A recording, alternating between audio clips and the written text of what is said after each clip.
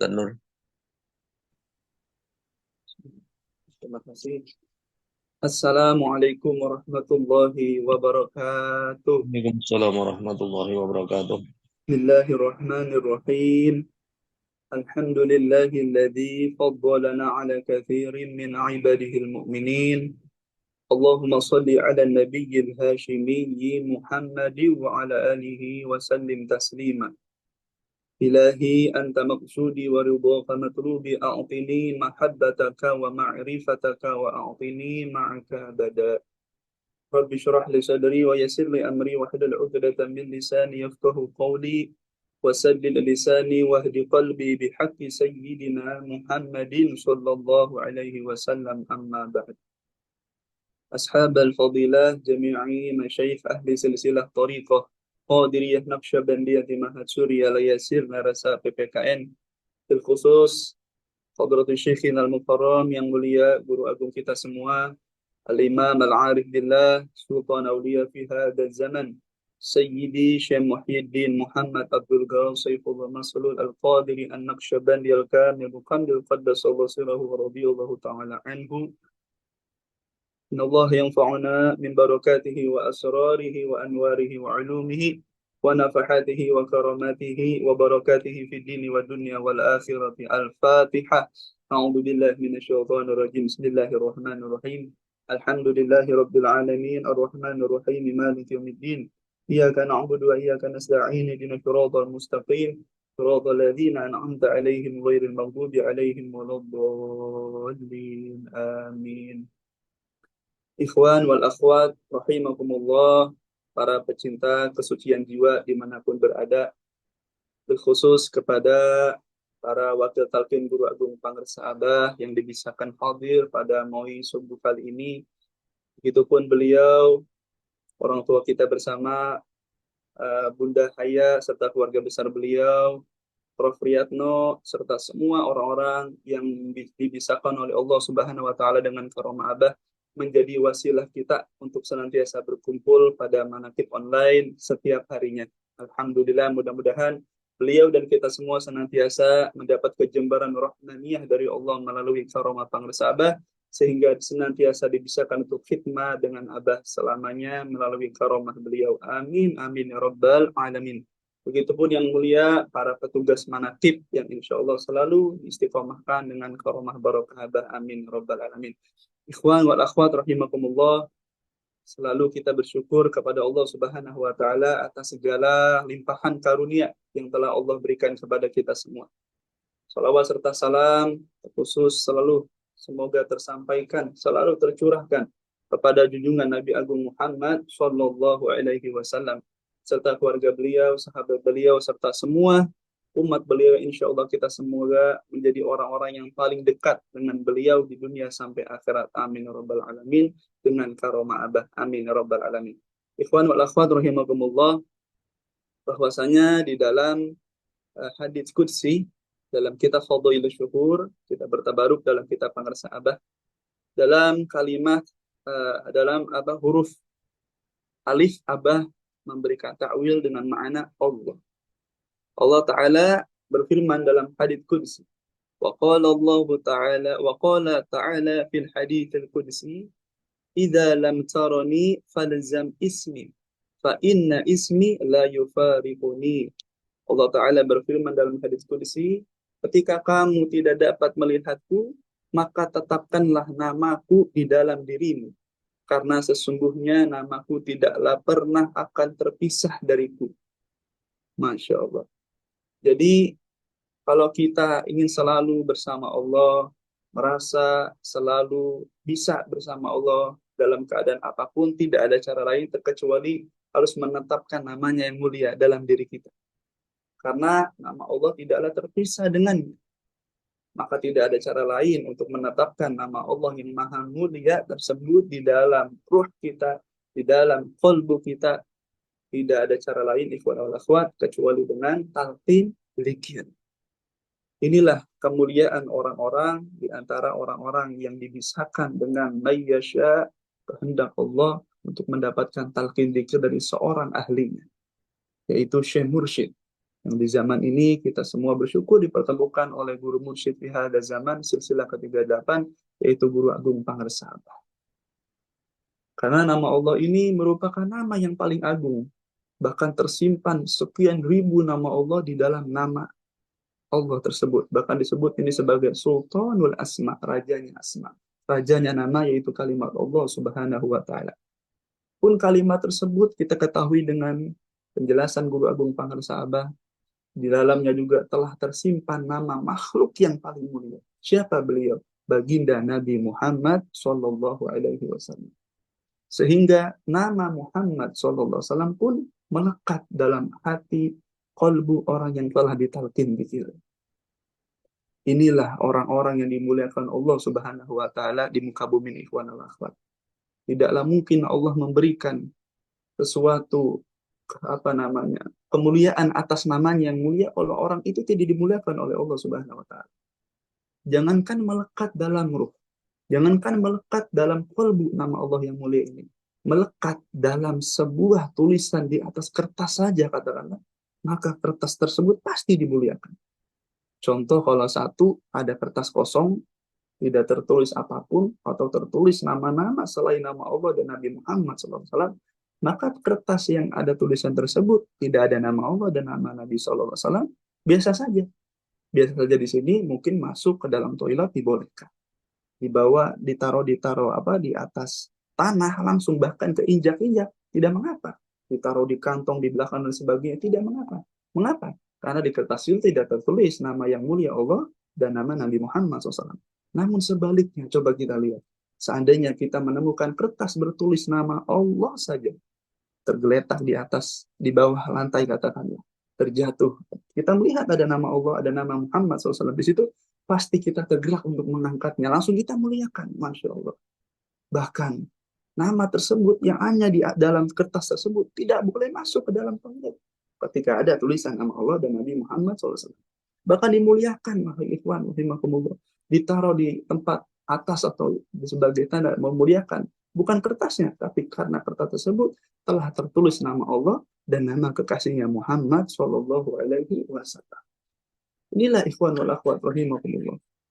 Lantas bagaimana kalimat tersebut dilekatkan, dimasukkan, disatukan, sebagaimana kata Abah, garam dengan rasa asinnya, gula dengan rasa manisnya, cabai dengan rasa pedasnya, dimasukkan, kalimat Allah pun menyatu di dalam ruh manusia yang dipilih oleh Allah Subhanahu wa taala untuk dihuni namanya, maka selamanya sebagaimana tadi garam dengan asinnya, tidak ada yang bisa memisahkan nama Allah dengan ruh yang sudah ditalkinkan dengan kalimat la ilaha illallah melalui Syekh Mursyid. Maksudnya nama tersebut akan selalu membersamainya dan dirinya selalu mulia di hadapan Allah Subhanahu wa taala. Masya Allah.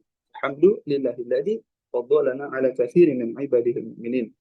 Ikhwan wal akhwat rahimakumullah. Mengenai dengan nama Allah yang maha mulia ini, saya teringat salah satu penjelasan guru saya dulu sebelum ketemu Abah. Kami pernah mengaji dengan beberapa guru, alhamdulillah. Di dalam majelis saya teringat guru kami itu membahas tentang kemuliaan nama Muhammad SAW. Kalau tidak salah, mohon maaf, mohon dikoreksi kalau salah. Kalau tidak salah ini ada di salah satu kitab, yaitu Al-Mawa'id Al-Usuriyah. Nah, kitab Mawa'id Al-Usuriyah ini insya Allah tidak asing dibaca di beberapa pesantren atau di kalangan para ulama membaca kitab ini. Itu karya Syekh Muhammad bin Abu Bakar Al-Usfuri. Di situ memuat beberapa hadis Nabi dan cerita para sahabat, para Nabi terdahulu, cerita para orang-orang soleh. Dan mengenai nama tadi, kami teringat bahwasanya dahulu kala di zaman Nabi Allah Musa alaihi salam, yaitu yang dimana Nabi Musa mempunyai umat yang namanya Bani Israel. Nah, Nabi Musa pun saat itu diberikan satu kitab, yaitu kitab Taurat oleh Allah Subhanahu wa taala. Singkat cerita, kurang lebih kisahnya seperti ini. Saat itu ada seorang rojul, seorang laki-laki yang hidup di zaman Nabi Allah Musa alaihi salam. Nah, laki-laki ini tersebut, ikhwan wal akhwat rahimakumullah, beliau ini, laki-laki ini semasa hidupnya terkenal orang yang katakanlah ahli maksiat, ahli ma'asi, Masya Allah. Mohon maaf, terkenal sangat tidak dihormati di masyarakat, terkenal buruk di masyarakat, bahkan hidupnya dihinakan, Masya Allah, oleh masyarakat, diasingkan oleh masyarakat, benar-benar tidak dipandang di masyarakat. Karena memang secara dohiriyah, orang ini ahli maksiat yang luar biasa. Dan kalau tidak salah, beliau juga hidup di perkampungan yang dekat Nyun Sewu dengan pasar, katakanlah. Seperti itu. Nah, singkat cerita, orang ini, ahli maksiat ini, seorang laki-laki rajul ini di zaman Nabi Musa ini, umat Nabi Allah Musa alaihissalam, singkat cerita, beliau ini sebelum meninggal dunia, terkena beberapa penyakit, katakan. Terkena sakit, nah saat sakit tersebut, dengan kebaikan yang Allah berikan bagi hamba-hamba pilihan Allah. Lihatlah, Masya Allah. Saat itu beliau melihat kitab Taurat. Kitab Taurat, yaitu kitab nabinya Nabi Allah Musa alaihissalam. Nah, orang ini, yang rojul ini, melihat kitab tersebut, membuka dan membaca lembaran-lembaran kitab yang ada di dalamnya. Lembaran-lembaran tulisan-tulisan atau kalam-kalam Nabi Allah Musa alaihissalam, firman-firman Allah yang ada dalam kitab tersebut. Singkat cerita, tidak terasa ketika beliau membuka kitab tersebut, beliau melihat tertulis nama Mim Ha Mim Dal, Muhammad Sallallahu Alaihi Wasallam.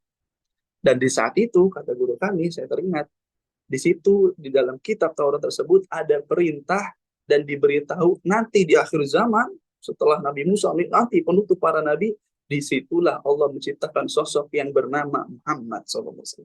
Nabi Muhammad dalam kitab itu katanya disebutkan adalah Khatamul Anbiya, penutupnya para nabi.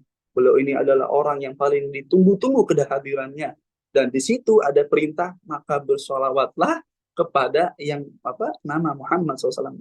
Maka saat itu rojul ini seorang laki-laki yang Nyun Sewu tadi dihinakan tersebut dengan maksiatnya, dengan membaca kitab itu beliau terpanah dengan memandang tulisan Muhammad tersebut dan hatinya tergugah bahwasanya beliau dalam hati diizinkan oleh Allah, pastinya beliau mengatakan dalam hati, ya Allah, dengan nama Muhammad ini ampunilah dosaku. Dia bermunajat sama Allah.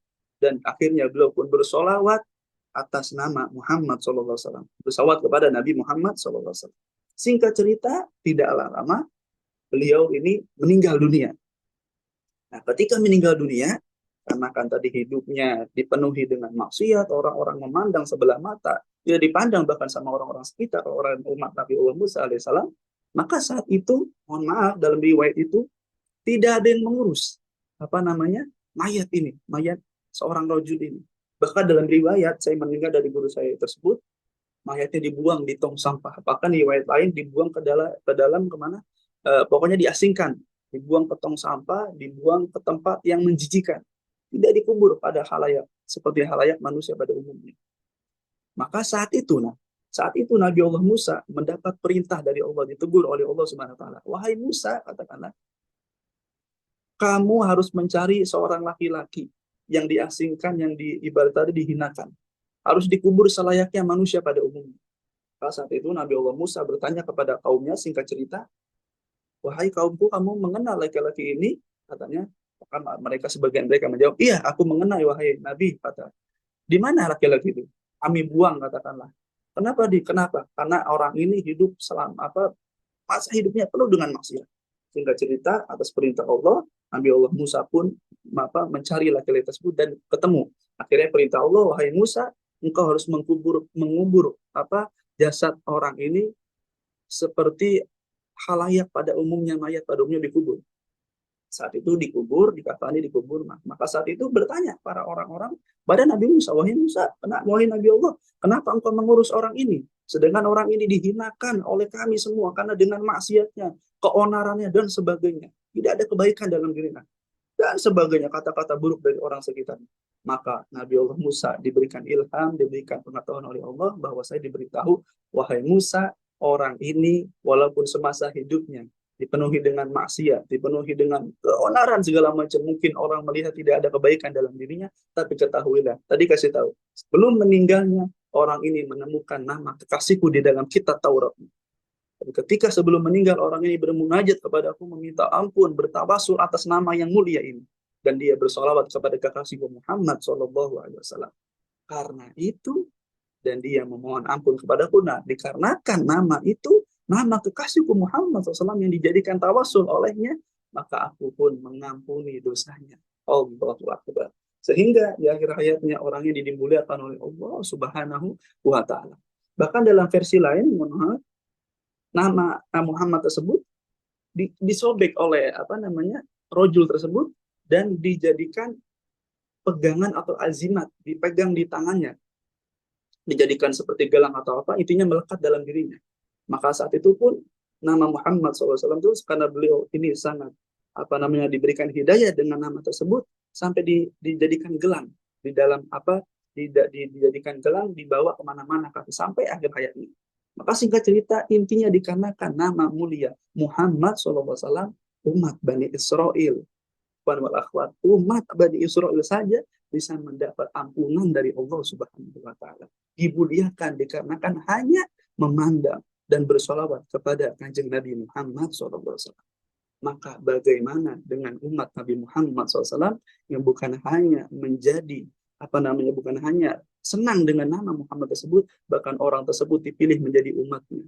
Dan bagaimana lagi jika orang tersebut telah ditalqin dzikir dan melekat nama Allah dan Muhammad dalam ruhnya, maka orang itu selamanya dimuliakan Allah Subhanahu wa taala dunia dan akhirat. Dimuliakan bukan karena orangnya, tapi karena dirinya telah menyatu dengan kalimat Allah dan kalimat maha sucinya Allah, kekasih Allah Kanjeng Nabi Muhammad sallallahu alaihi wasallam. Inilah kekasih Allah, yaitu Guru Agung Pangersabaos. Yang luar biasa beliau bisa memasukkan dengan izin Allah kalimat ismu kalimat mulia tersebut, nama Allah tersebut, bahkan nama Nabi Muhammad SAW ke dalam ruh kita semua. Orang yang sudah ditalqin zikir, maka inilah orang-orang yang dimuliakan Allah dan jauh dari azab Allah, jauh daripada kesusahan dunia dan akhirat kalau dia meyakininya. Masya Allah. Inilah ikhwan wal akhwat rahimakumullah. Kisah ini insya Allah memberikan kita tambah bersyukur sama Allah bahwasanya bukan hanya nama tersebut, tapi ketika ikut sama Pangersaabah, kita dikenalkan dengan amaliyahnya, akhlaknya, semua yang berkaitan dengan nama mulia Muhammad SAW. Ini Nabi Muhammad SAW diberikan kepada kita semua, ikhwan wal akhwatnya Pangersaabah. Maka dari itu pasti kemuliaan akan selalu menghampirinya, ikhwan wal akhwatnya. Maka mudah-mudahan kisah sedikit ini yang kita dengar dari kitab Al-Mau'idul Al-Unsuriyah ini, yang ada kisah Nabi Allah, umat Nabi Bani Israel, Nabi Musa, yaitu Bani Israel, bisa menambah kita cinta dengan Allah, semangat terus meninggi dengan cinta kepada Nabi Muhammad SAW, dibasahi lisan kita berzikir, bersolawat kepada Nabi Muhammad, dan selalu berrobito, ingat kepada Guru Agung Pangersaabah yang menjadikan kita mulia di mata Allah, di sisi Allah, karena Guru Agung Pangersaabah Syekh Muhammad Abdul Ghazali Masud. Mudah-mudahan Allah kurniakan kita semua menjadi murid-murid yang istiqomah dan pandai bersyukur dengan Allah, dengan Nabi Muhammad melalui wasilah Guru Agung Pangersaabah. Amin, amin ya rabbal alamin. Terima kasih, mohon maaf, semoga Allah berkahi semuanya, segalanya selamanya dengan karamah abah. Amin, amin ya rabbal alamin. Wal'afu minkum, wallahu muwaffiq ila aqwamit thoriq. Assalamualaikum warahmatullahi wabarakatuh. Waalaikumsalam warahmatullahi wabarakatuh. Allahumma salli ala nabiyyin Hashim.